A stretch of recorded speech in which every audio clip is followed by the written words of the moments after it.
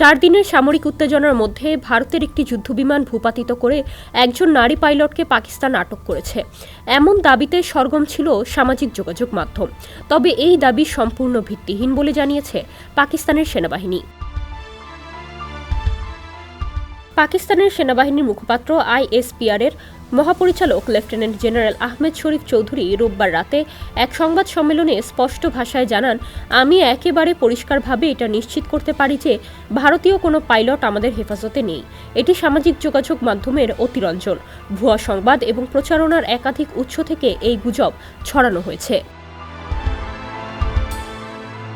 সামাজিক যোগাযোগ মাধ্যমে ভাইরাল হওয়া ভিডিওগুলোর দাবি ছিল পাকিস্তানে হামলার সময় রাফাল যুদ্ধবিমান বিধ্বস্ত হয় এবং সেই বিমানের নারী পাইলট শিবাঙ্গী সিংকে আটক করা হয়। ভারতীয় বিমান বাহিনীও এ দাবি সরাসরি নাকচ করেছে। দিল্লিতে এক সংবাদ সম্মেলনে ভারতীয় বিমান বাহিনীর এয়ার মার্শাল AK ভারতী বলেন, পাকিস্তানি বিমান হামলার পর আমাদের সব পাইলট নিরাপদে ঘরে ফিরেছেন।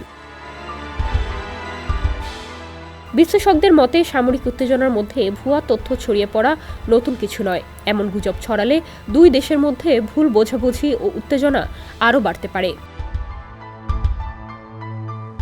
সামরিক দ্বন্দ্বের সময় ভুয়া খবর ছড়ানো কতটা ভয়াবহ পরিণতি ডেকে আনতে পারে এই ঘটনায় তা আবারও প্রমাণিত হলো।